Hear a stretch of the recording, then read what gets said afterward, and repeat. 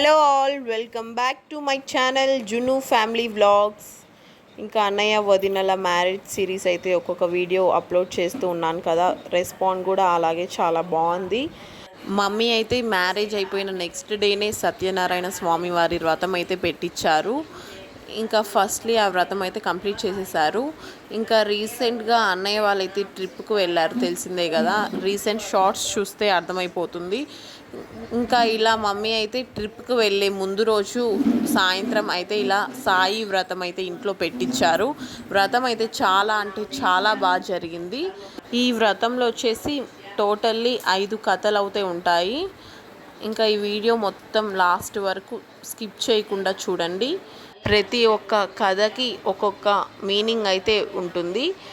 చాలా అంటే చాలా బాగా అనిపిస్తుంది ఈ కథలు అయితే వింటుంటే. ఇంకా నేను ఇక్కడ వాయిస్ ఓవర్ అయితే స్టాప్ చేస్తున్నాను. వీడియో మొత్తం చివరి వరకు చూసేసి లైక్ చేసి సబ్స్క్రైబ్ చేసుకోవడం మర్చిపోకండి. పూజా ద్రవ్యాల మీద ఒకటి సార్లే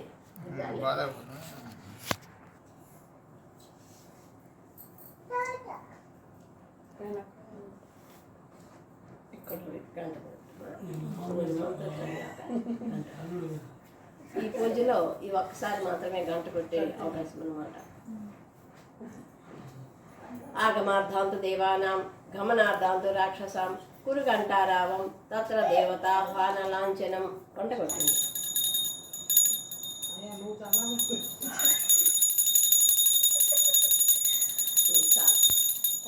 ఈ గంట మనము ఈ మంత్రంతో ఎందుకు కట్టుకున్నామంటే, ఆగమార్థాంతు దేవానం అంటే బాబా వారిని పూజకు రమ్మని, గమనార్థాంతు రాక్షసం అంటే ఇప్పుడు ఇందాక మనం అక్షంతలతోటి మరి భూమిని శుద్ధం చేసాం.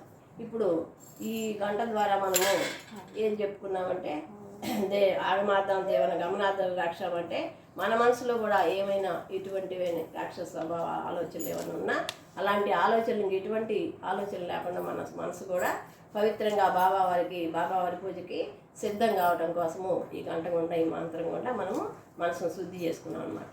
మరి అలాంటి మనసు పవిత్రంగా ఇప్పుడు పవిత్రపరుచుకున్నాం కాబట్టి మంచి మనసుతో బాబావారిని మీ హృదయంలోకి కళ్ళలోకి ఆహ్వానించుకొని ఒక్క నిమిషం ధ్యానం చేయండి.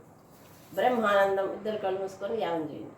బ్రహ్మానందం పరమస్పదం కేవలం జ్ఞానమూర్తిం ద్వంద్వాతీతం గగన సదృశ్యం తత్యవశ్యాదిలక్ష్యం ఏకం నిత్యం విమలవచలం సర్వదీ సాక్షీభూతం సాయినాథం దిగుణరహితం సద్గురుంతం నమామి.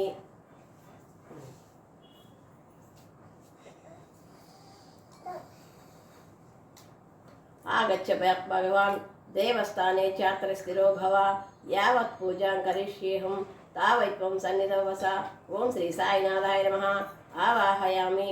2 అక్షంతలు తీసుకొని బాబావారి పాదాల దగ్గర వేసి నమస్కారం చేసుకోండి. ఇప్పుడు బాబావారిని పూజకు రమ్మని ఆహ్వానించామన్నమాట. సర్వశక్తి కమలాసన సకల గుణాత్మ బ్రహ్మ విష్ణు శివాత్మనే సకల గుణాత్మ యోగపీఠాత్మనే నమః. ఓం శ్రీ సాయినాథాయ నమః. ఆసనం సమర్పయామి. మళ్ళీ 2 అక్షంతలు బాబావారి పాదాల దగ్గర వేసి నమస్కారం చేసుకుందాం. ఇప్పుడు మనము ఎవరైనా మన ఇంటికి వస్తే రండి రండి కూర్చోండి అని ఎలా పిలుస్తామో అలాగే మనం బాబావారిని కూడా ఇప్పుడు ఆహ్వానం చేసుకున్నాం. మరి ఎవరైనా వచ్చినప్పుడు కూర్చోడానికి మనము కుర్చీనో ఏదో ఒకటి ఆసనం ఏర్పరుస్తాం కదా, అట్లనే మనం బాబావారికి ఇప్పుడు ఒక అక్షంతలు వేసి అక్షంతలతోటే మన మనసే అన్నమాట. అక్కడ మనం ఆయనకి కావాల్సినవి మనం ఏమీ ఇవ్వలేము కాబట్టి మన మనసే అట్లా ఊహించుకొని చేసుకోవాలి పూజ. ఆ పీటని మనము ఎంత శక్తివంతమైన పీఠాన్ని ఇచ్చామంటే సర్వశక్తులు సకల గుణాలు కలిగినటువంటి యోగ పీఠాన్ని మనం ఆయన బాబావారికి కూర్చోడానికి ఇప్పుడు వేసాం. బాబావారు కూర్చొని ఉన్నారు. సాయినాథ నమస్తేస్తూ నరకార్ణవతార పాద్యం గృహాణ దేవేశ మమ సభ్యమే వర్ధయ. ఓం శ్రీ సాయినాథాయ నమః. పాదయోపాద్యం సమర్పయామి. ఆకుతోటి పాదాలకి నీళ్ళు ఇవ్వండి. వ్యక్త స్వరూపాయ ఋషికేశాయ తే నమః. మాయా నివేదితో వాక్యార్ఘోయం ప్రతిగృహ్యతాం. ఓం శ్రీ సాయినాథాయ నమః. హస్తయార్ఘ్యం సమర్పయామి. మళ్ళీ చేతులు కడుక్కోవడానికి 2 చుక్కలు నీటిని. మందాకిని సమం వారి తాప పాప హరం శుభం దదితం కల్పితం దేశ సమ్యగా చమ్యతాంత్వాయ. ఓం శ్రీ సాయినాథాయ నమః. ఆచమనం సమర్పయామి. ఇప్పుడు తాగటానికి 2 చుక్కల నీటిని ఇవ్వండి.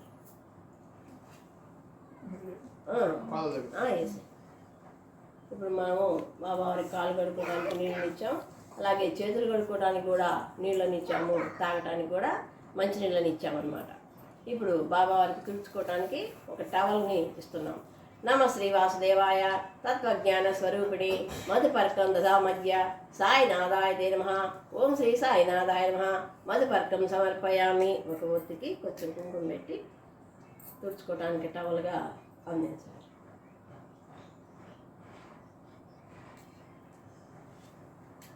పంచామృత దేన గృహాన పురుషోత్తమ అనాథనాథ సర్వజ్ఞ గీర్వాణ ప్రణత ప్రియ.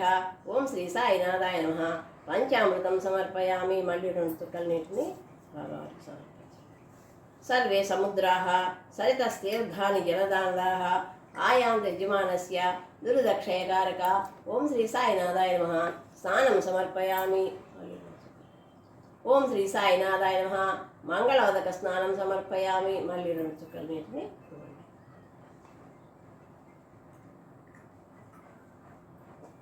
ఇప్పుడు మనం బాబావారికి పంచామృతంగా అంటే ఇప్పుడు కాఫీలు టీలు ఇస్తున్నాం. 200 సంవత్సరాల క్రితము బాబావారు జీవించున్నప్పుడు అంత టైంలో కాఫీలు టీలు ఏమీ ఉండేవి కదంట. ఎవరన్నా వస్తే మజ్జిగో పంచామృతమో ఇచ్చేవాళ్ళంట. అందులో భాగంగా మనం బాబావారికి పంచామృతాన్ని ఇచ్చాం.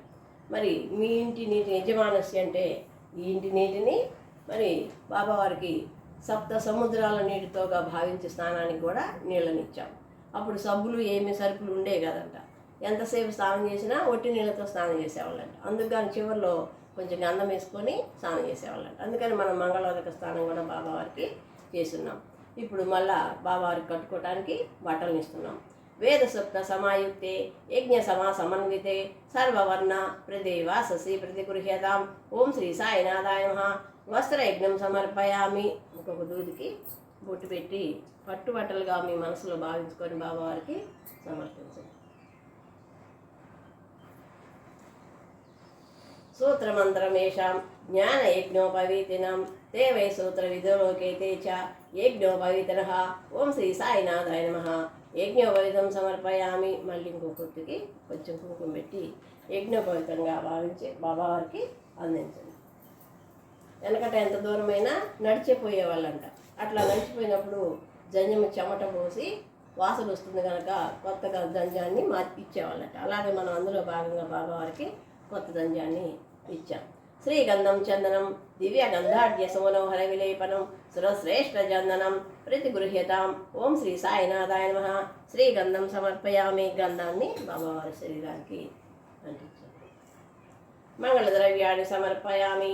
అలంకరార్థం పుష్పం సమర్పయామి. పూలు అక్షతాలు సమర్పయామి. అక్షంతలు కొడేసి నమస్కారం.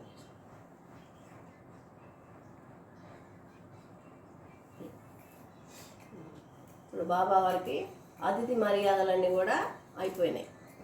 మరి మనము మంచినీళ్ళు ఇచ్చాం, కాఫీ ఇచ్చాం, బట్టలు ఇచ్చాం, స్నానం చేయించాం, అన్నీ కూడా చేసి ఆయన్ని పూజకి సిద్ధం చేశాం.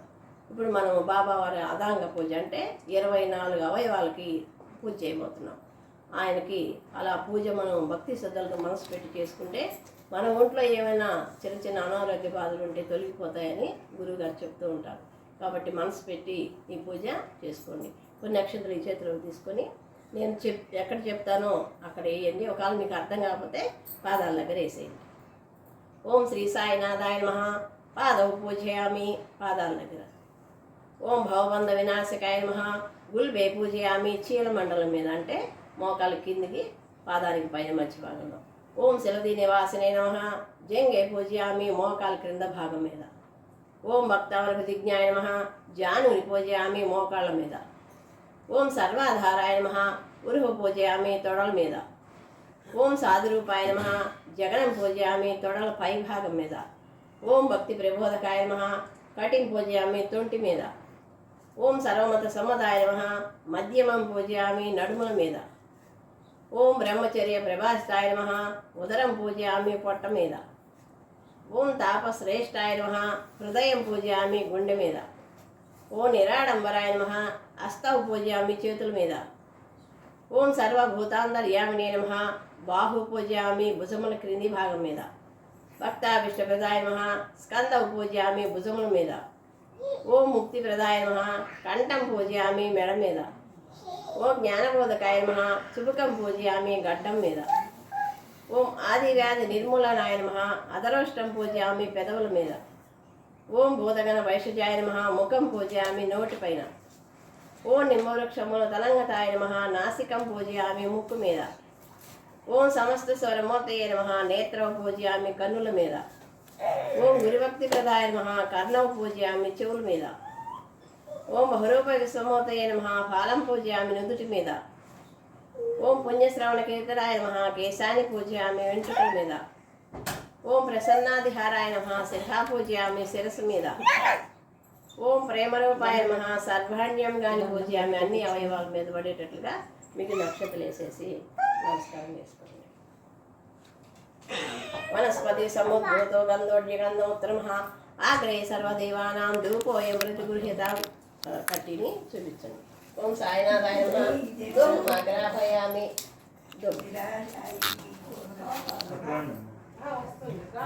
తప్య మధ్య మహాగ్ని విశ్వరోచర్వసోముఖ అంతఃశరీరే జ్యోతిర్మయో హి శుభ్రోయం పశ్యతి. ఓం శ్రీ సాయినాథాయ నమః. దీపం దర్శయామి.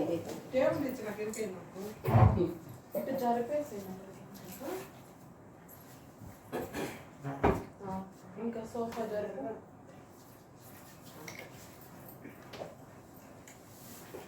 ఇప్పుడు బాబా పూజ అయిపోయింది. ఇప్పుడు సత్యనారాయణ స్వామి వ్రతంలో కథల్లాగా 5 కథలు ఉంటాయి.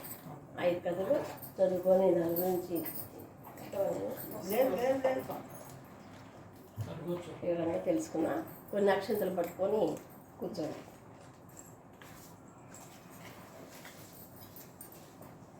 ఈ మొదటి కథలో సాయిబాబా వారు తల్లిదండ్రులు ఎవరు, తర్వాత ఆయన గురువు ఎవరు, బాబా వారికి సాయి అని మొదటి పేరు ఎట్లా వచ్చింది, బాబావారు మనకి చేస్తున్న మేలు ఏంటి, ఇప్పటికి కూడా మనకు బాబావారు ఏం చేస్తున్నారు అనేది అన్నీ కూడా బాబావారు నివసించింది ఎక్కడ అన్నీ కూడా ఈ కథలు వస్తాయి. చక్కగా వినండి. శ్రీ షిరిడి సాయిబాబా వారు 1835వ సంవత్సరం సెప్టెంబర్ నెల 28వ తేదీ నాడు గంగాబావాజుడు దేవగిరి అమ్మలను పుణ్య దంపతులకు పత్రి అనే గ్రామమును జన్మించను.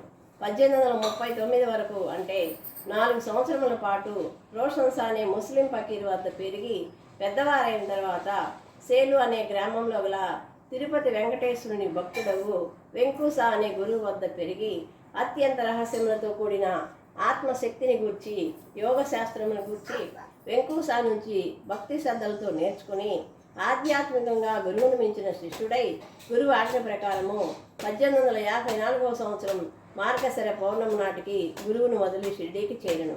షిరిడీలోని ఊరు వెలుపల గల వేప చెట్టు కింద ఉంటూ జ్ఞానమగ్నుడై ఎండ వాన చలి మొదలగు వాతావరణ మార్పులకు చెలించకుండా అతి చిన్న వయసులోనే అంత ధీర గంభీరంగా ఉన్న ఆ యువ ఫకీరుని చూసి షిరిడీ గ్రామ ప్రజలు ఆశ్చర్యమును పొందుతుండేవారు. ఒకనాడు అటువైపుగా వెళుతున్న ఒక పుట్టుగురుడి వాని కండను తన చేతితో తుడిచెను. వెంటనే అతనికి కంటి చూపు వచ్చెను. ఆ తరువాత ఎందరెందరో రోగులు వచ్చి రోగ విముక్తి పొందుతుండేవారు. క్రమంగా వారికి గొప్ప వైద్యుడు అనే పేరు వచ్చింది. 1856లో మరలా షిరిడీ వదిలి కాలినడకలు ముందుకు సాగుతూ ఉండగా ఔరంగాబాద్ సమీపంలో గల ధూప్ గ్రామ ప్రాంతంలో చాందిబాయిని కలిసి తప్పిపోయిన అతని గుర్రం జాడ తెలిపి అదే సందర్భంలో కుక్కాను వెలిగించుకొనుట కొరకు నేల మీద ఒకే చోట సటకాతో కొట్టి నీటిని నిప్పును కూడా భూమి నుంచి పొందిన ఆ యువ ఫకీరు సాక్షాత్ దైవ స్వరూపుడని భావించిన చాందిబాయి వారిని ఇంటికి తీసుకువెళ్తాడు. కొన్నాళ్ల తర్వాత చాందిబాయి మేనల్లుని పెళ్లి షిరిడీలో నిర్ణయం కాగా ఆ పెళ్లి వారితో కలిసి తిరిగి షిరిడీ వస్తారు. అలా రెండవసారి తిరిగి షిరిడీ ప్రవేశిస్తున్నప్పుడు శివుడి మందిర పూజారి అయిన మహల్సాపతి వారిని చూసి దయచేయము సాయి అని వారిని ఆహ్వానిస్తారు. ఈ విధంగా వారికి మొట్టమొదటిసారిగా సాయి అని పేరు పెట్టబడినది. ఆ తర్వాత వారు సాయిబాబాగా ప్రసిద్ధి చెందారు. సాయి అంటే భగవంతుడని, బాబా అంటే తండ్రి అని అర్థం. సాయిబాబా అంటే దైవమే మానవాకారంలో ప్రేమ స్వరూపంగా మారి తండ్రి రూపంలో మన ఎదురుగా మన కోసం వచ్చిన రూపమని అర్థం చెప్పుకోవచ్చును. ఊరు వెలుపల గల వేప చెట్టు వద్ద నుంచి వారి నివాసం దానికి పక్కనే గల పాడుబడి శిథిలావస్థలో ఉన్న మసీదులోనికి మారినది. ఆ మసీదునకు వారు ద్వారకామాయి అని పేరు పెట్టారు. శ్రీకృష్ణుడు నివసించిన ద్వారక పట్టణం వలె ఆ మసీదు కూడా అతి పవిత్రము శక్తివంతమై తనను ఆశ్రయించిన వారందరినీ నిరంతరము రక్షిస్తుందని తరచూ బాబా చెప్తూ ఉండేవారు. ఆయి అంటే తల్లి అని అర్థం. కన్న తల్లి వలె అందరిని కంటికి రెప్పవలే కాపాడును ద్వారకామాయి అని బాబావారు స్వయంగా చెప్తూ ఉండేవారు. ఈ మసీదులో బాబావారు స్వయంగా తమ చేతితో అగ్నిహోత్రమును వెలిగించి నిరంతరము దాన్ని జ్వలింపజేస్తూ ఉండేవారు. ఆనాడు సాయిబాబా వారు వెలిగించిన అగ్నిహోత్రం నేటి వరకు ఆరిపోకుండా నిరంతరం వెలుగుతున్నట్లు ఏర్పాట్లు చేయబడినవి.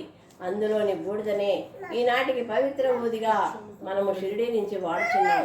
సాయిబాబా వారి జీవితం అంతా ఆ ద్వారకామాయిలోనే గడిచినది.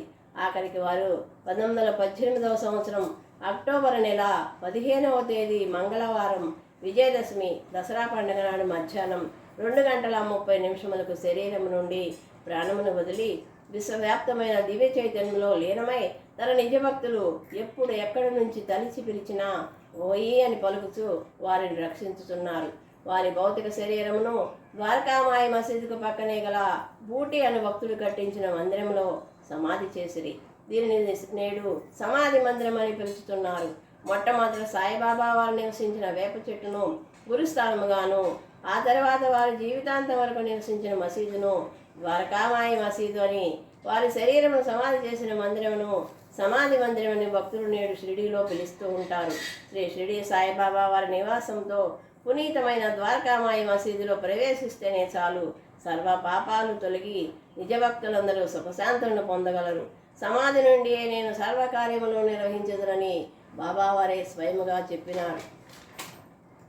నా సమాధి నుండియే నా మానుష శరీరం మాట్లాడునని కూడా వారు చెప్పినారు. శ్రీ షిరిడీ సాయిబాబా భక్తులందరూ షిరిడీని దర్శించి సమాధి మందిరంలో ప్రవేశించి బాబావారి సమాధిపై తల ఉంచి నమస్కరించి తమ బాధల నుండి కష్టాల నుండి విముక్తి షిరిడీ సాయి భగవాన్ని అనుగ్రహ ఆశీర్వాదములతో పొందవచ్చును. ఈ అధ్యాయమును భక్తి శ్రద్ధలతో చదివిన వారికి కష్టములు తొలగి స్థిరత్వము కలుగుగాక, వారి జీవితంలో శాంతి సౌఖ్యములు చిగురించుగాక. శ్రీ షిరిడీ సాయిబాబా వారి రక్షణ వారికి సంపూర్ణంగా లభించుగాక. శాంతి ప్రదాత షిరిడీ సాయి శరణం. రక్షంతలేసి నమస్కారం.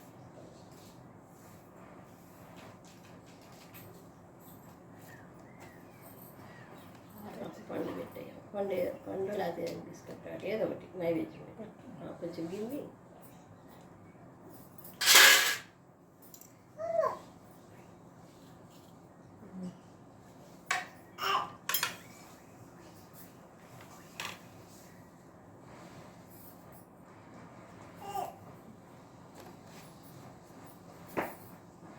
పెట్టారు. నేను మాత్రం చెప్పలేదు. నీళ్ళు చల్లేవా? లేదా చల్లు, నీళ్ళు చల్లు. చూపించు. ప్రణాయ స్వహ, మోహనాయ స్వహ, సుమనాయ స్వహ, మనాయ స్వహ, మహాయ స్వహ, బ్రహ్మణాయ స్వహ. కర్పూరం వెలిగించు.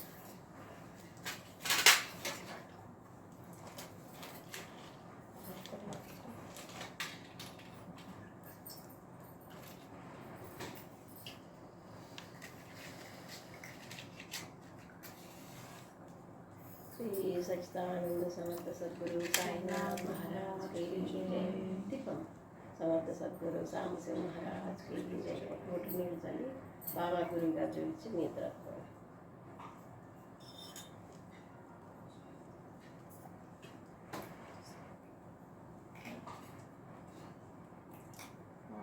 అట్టించండి ఇట్టించండి. ఆంటీకి చూపించండి.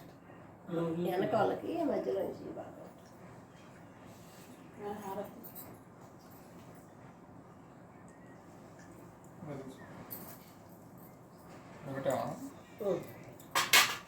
షిరిడీ సాయిబాబా వారి తల్లిదండ్రులు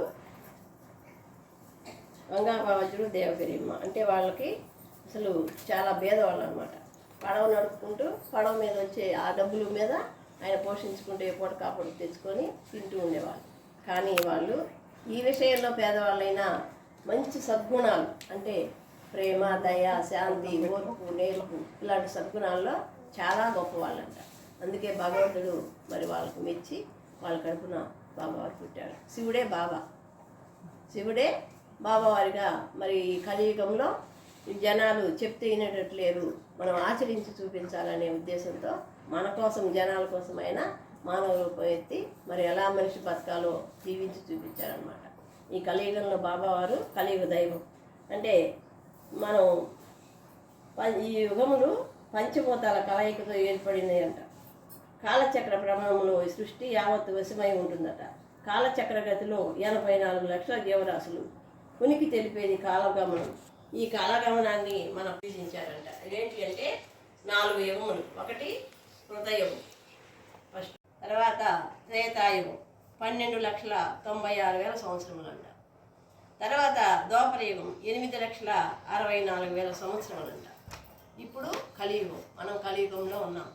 ఈ కలియుగము రాను రాను తగ్గిపోతుందన్నమాట. కలియుగము 4,32,000 సంవత్సరాలుగా చెప్పబడిందంట. అంటే మనం మొదటి పాదంలోనే ఉన్నాం. ఇంకా చాలా ఉంది కలియుగం. ఈ కలియుగ దైవం షిరిడి సాయిబాబా వారు. ఈ కలియుగంలో జనాలు ఎట్లుంటారంటే, ఇంతకుముందు మనుషులు రాక్షసులు వేరువేరుగా ఉండేవాళ్ళంట. కానీ ఇప్పుడు మనిషి రాక్షసుడు ఒకే శరీరంలో ఉంటున్నారంట. అంటే పైకి ఒక మాట లోపలికి ఒక మాట, పైన మంచి లోపల చెడుగా ఉంటున్నారు. ఇలా ఉండే ఈ టైంలో బాబావారు ప్రేమ, దయ ఇలాంటివి చెప్పడం కోసం మానవ రూపం ఎత్తి మరి ఈ కలియుగంలో ఏమి లేకపోయినా కూడా అంత ప్రేమగా ఉండేవాళ్ళు కాబట్టి వాళ్ళ జీవితం ఈ చరిత్ర పుస్తకంలో నిలిచిపోయిందనమాట. ఇప్పుడు రెండో కథ చదువుకున్నాం. అక్షంతలు పట్టుకొని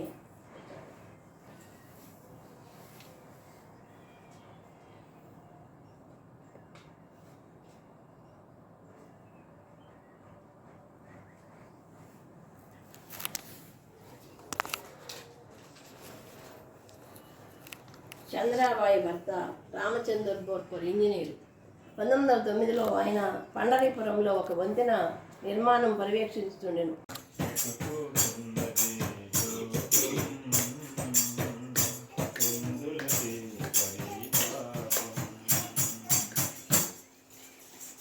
సద్గురు సాయినాథ్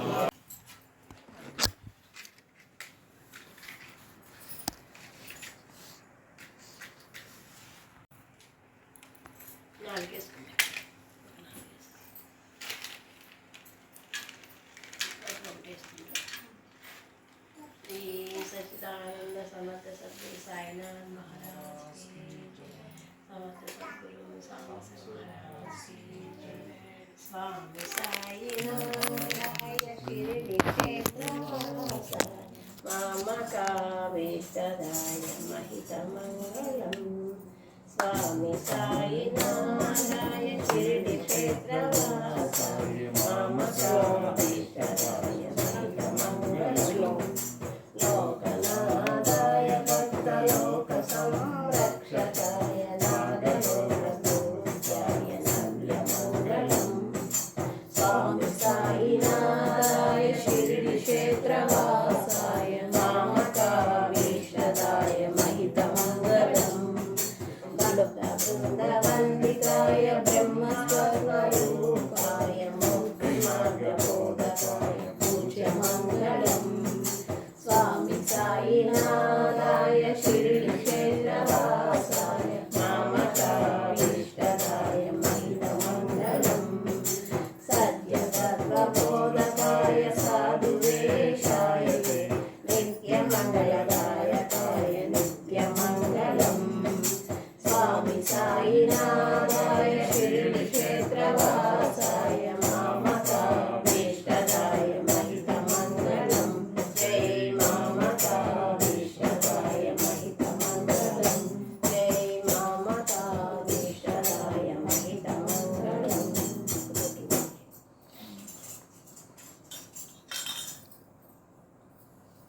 ఓం శాంతి శాంతి శాంతి. లోకా సమస్తా సుఖినో భవంతు. సర్వే జనా సుఖినో భవంతు. ఓం శాంతి శాంతి శాంతి.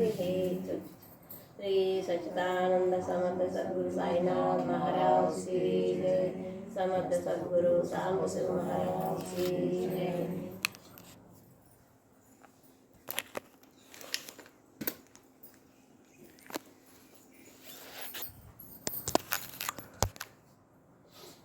వాడద్దు.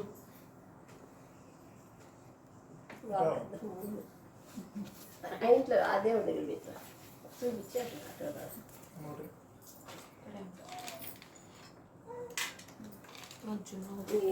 ఈ కార్యక్రమం అయిపోయినట్టు దీంతో హారతోటి నేను చిన్న ఒక పాట పాడతాను అంటే అయిపోయింది నేను కావించుకుంది ఆ పాట మా ఇంట్లో పాడుకుంటాను మా పిల్లలు నేను కంజరంగా వచ్చిద్దా సాగించే కదా తెలియదు బాబా మీదేలే ఎవరి మీద పాడకూడదు కావవయ్య మహానుభావా కరుణతో ఈ దంపతులను కావవయ్య ఓ సాయి బాబా కరుణతో ఈ దంపతులను సిరి సంపదలిచ్చి పిల్ల పాపలనిచ్చి సిరి సంపదలిచ్చి పిల్ల పాపలనిచ్చి అండగా నీ ఉండి నిండు నూరేలు కావవయ్య మహానుభావ కరుణతో ఈ దంపతులను కావవయ్య ఓ సాయి బాబా కరుణతో ఈ దంపతులను సాయి అని పిలువా ఓయి అని పలికే దైవమే నీవని నమ్మి ఉన్నామయ్యా సాయి అని పిలువా ఓయి అని పలికే దైవమే నీవని నమ్మి ఉన్నామయ్యా నిండు మనసుతో నిన్ను వేడుచున్నానయ్యా నిండు మనసుతో నిన్ను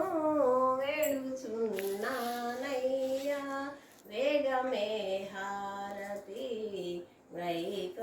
వైకొనరావయ్యా కావవయ్యా ఓ సాయి బాబా కరుణతో ఈ దంపతులను కావవయ్య మహానుభావ కరుణతో ఈ దంపతులను అది నేను సొంతంగా ఎప్పుడైనా పిల్లలకి పేర్ల మీద దండం పెట్టుకొని మీరు లేవచ్చు సాయినాథ బాబా హ్యాపీ జర్నీ బాగా సంతోషంగా బాబా వారు ప్రతి క్షణము మీకు తోడుగా ఉండి మిమ్మల్ని సంతోషంగా క్షేమంగా తీసుకొని రావాలి హ్యాపీ జర్నీ రేపు క్యాంప్ వెళ్తున్నారు అక్కడికి ఊటీ వెళ్తున్నారు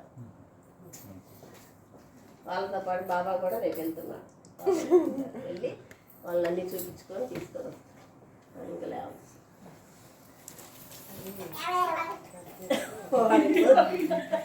వాడికి మొదలు పెట్టడు అయితే బాగా వాళ్ళు దూరినట్టు అదే పాట